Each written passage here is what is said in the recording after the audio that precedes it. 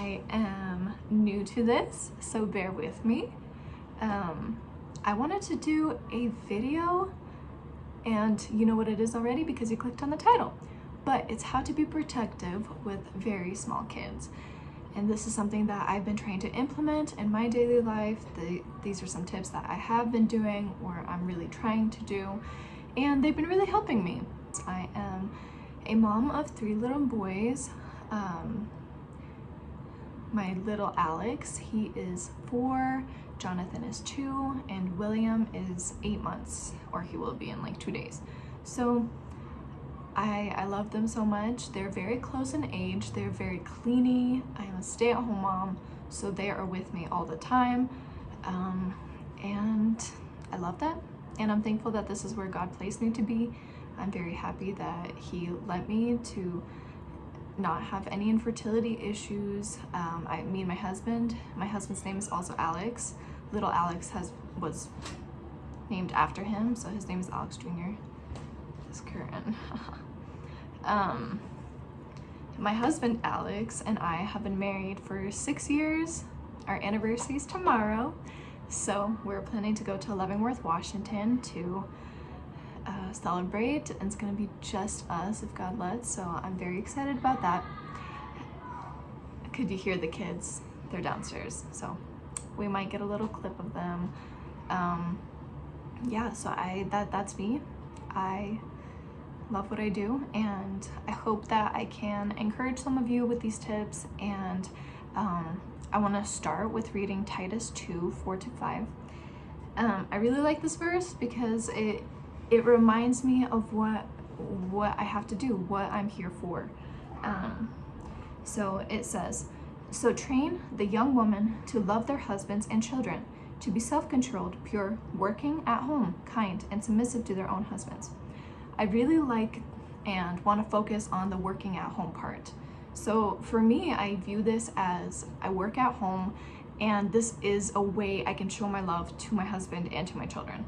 So through these things, through making the food, through folding the laundry, through serving them in a clean house and all these things, it is for them.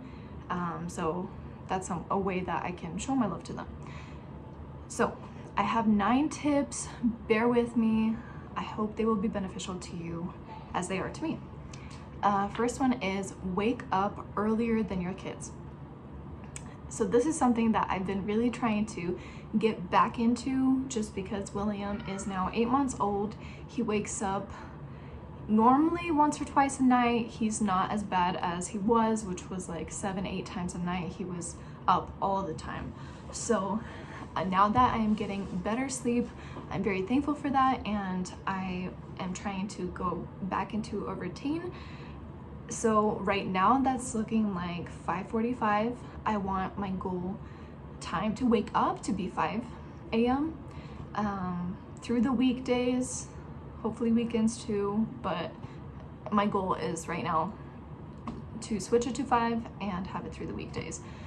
And during that time, I can get ready in peace. I can brush my teeth without anyone nagging at me, and I can also have time with God. So I'm very, very thankful that, you know, this last month I've been doing this. I feel great. I'm so thankful that I can start the day with Him, and through the day's, you know, journey of the tantrums and the disobedience or whatever happens, I can come to Him, and I'm more you know, focused on Him, and instead of all these other minor things where I can just go crazy by being so concentrated on them, I'm focused on Him, and I can talk to Him, and He helps me through the day.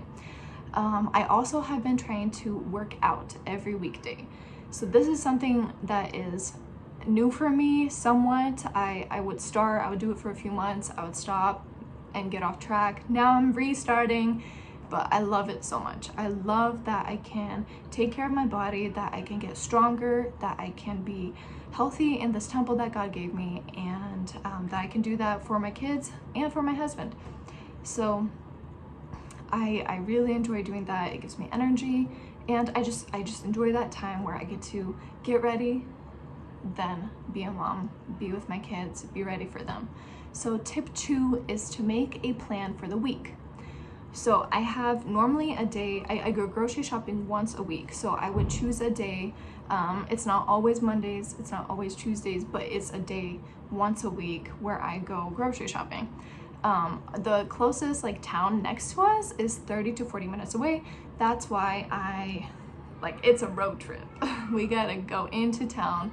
I have to take all the kids. If like grandma's available or something, then I'll have to find childcare, which helps me out a lot. Or I'll wait till my husband's off work so that we can go together.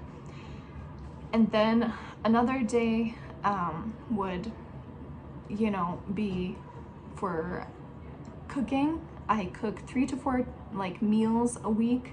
I usually cook enough for there to be leftovers the next day, so that kind of spaces it out a little, so I'm not in the kitchen all day every day. That's been really helping me. So I meal plan.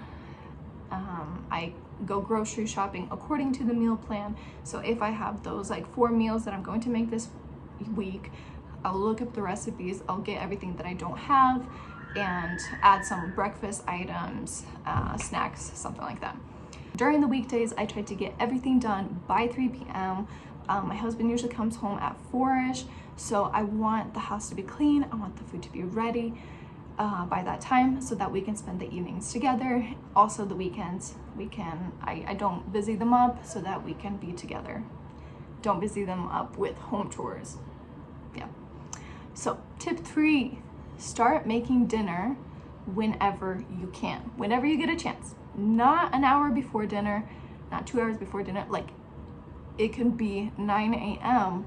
when I start making dinner, just because I don't know what's gonna be later. I don't know who's gonna need what, if a child's gonna be extra cleaning. When I get the chance, I go for it. So sometimes it takes me the entire day, where I will start early in the morning when William, my youngest, has his first nap, and I will cut a few vegetables, get distracted with the other kids, go attend to their needs, come back a few hours later, cut some more things, saute some things. Like it may take me the entire day, which is crazy, but I get it done. I get it done by 3. So that's a way that I like to do it. Sometimes I'll get it done, I'll put it in the fridge. I can always warm it up later, but I can't just make it appear. So I try to put that work in beforehand. All right, tip 4 is create a to-do list for the day. So we talked about making a plan for the week, create a to-do list for the day, make a goal, do what you need to do, and prioritize the important things. So that, like I said before, that for me is usually the cooking. I'm gonna have that big goal because you have 3 little kids, prioritize that instead of anything else. Or if it's gonna be a laundry day, if it's gonna be a cleaning day, prioritize those things. A grocery shopping day, that's my priority. So everything else kind of goes along that. And it's not like an extreme goal. Like I make reasonable goals. I stick within these boundaries where I know it's achievable. Even like I said earlier, it might take me a while, but it's a goal that I can do. Also create an atmosphere. I really like to open all the windows, like the curtains, to let in the natural light. I like to have my coffee, that's like a necessity. Maybe candles. Those are very dangerous in my household because of my little kids, but maybe your kids are fine with those. Or music. I really love music. I love to listen to it. It gets me in the mode, it gets me going and not being distracted. So I really like doing playing some music. And tip number 5 is to do what you don't want to do first. Do it, get it done with, move on to the next things after, but that way it's not going to be intimidating you for the rest of the day. Like for me, for example, I don't like to deal with raw meat. That's something that I just don't like to do.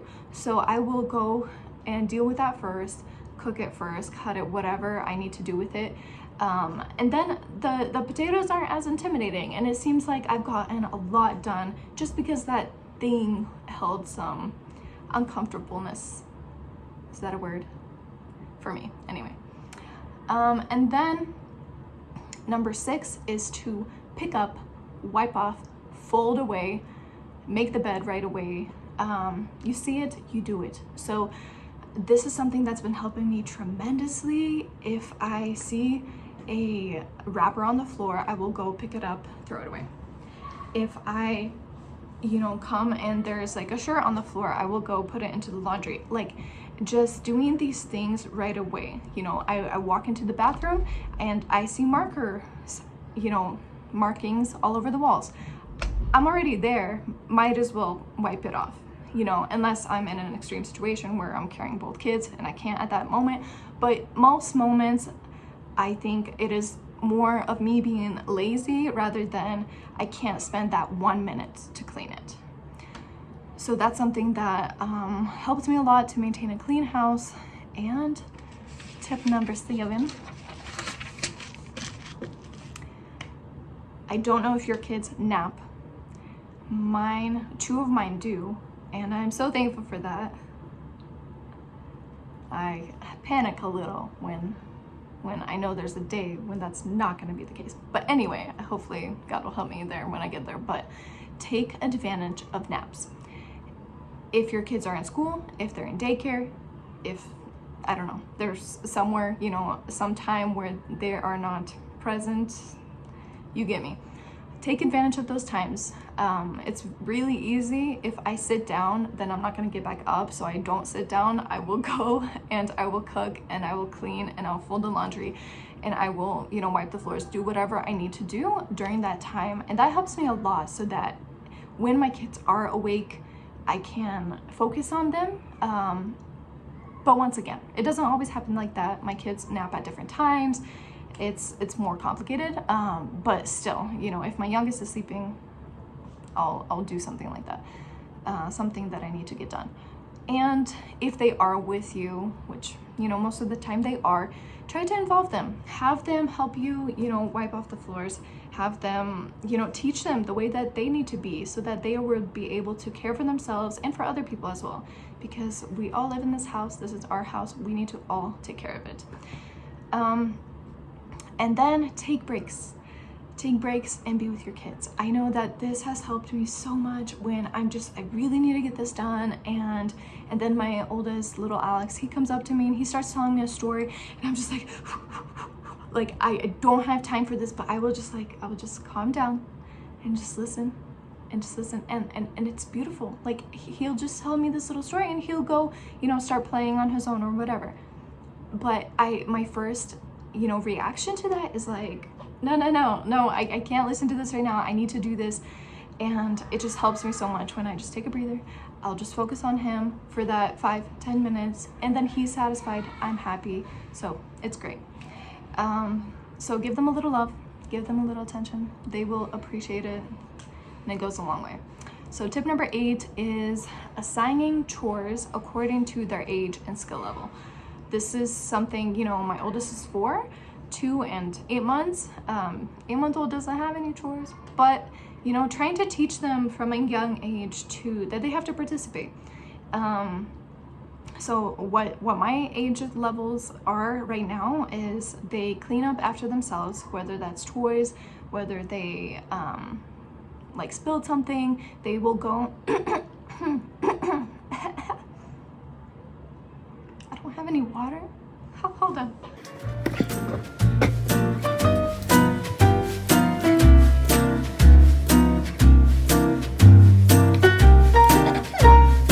go through this. Let's go. My kids right now, they put away their dishes after they're done eating or clean up after themselves. That's kind of their things right now. They're not doing like daily assigned chores. It's more of these things daily. Yeah, they feed the dog sometimes too. Anyway, and tip 9, our final tip, thank you for coming all this way with me, is to ask for help. Don't be afraid to ask for help. I was afraid too, especially with my first kids. With my third, I'm like, anyone, I'm open, the doors are open, please come help me because I can't do this on my own. So whether that's your partner, whether that's your mom, your family, your friends, your babysitter, anyone, like, don't be afraid to ask for help and to receive it and be glad about it. That's William crying in the background, sign that I gotta wrap this up. But yeah, thank you for being here, and I hope these tips were helpful to you. They definitely are to me, and thank you for spending this time with me. I pray that God will bless you all with strength for you guys to be a peaceful mom. I assume I'm talking to moms. I hope God will bless you to be a peaceful mom and a beautiful homemaker. I hope that He will help you in that, and He will help me in that. I pray for that for myself as well. And I hope that you'll have a good journey and a good day and smile because God loves you. Bye.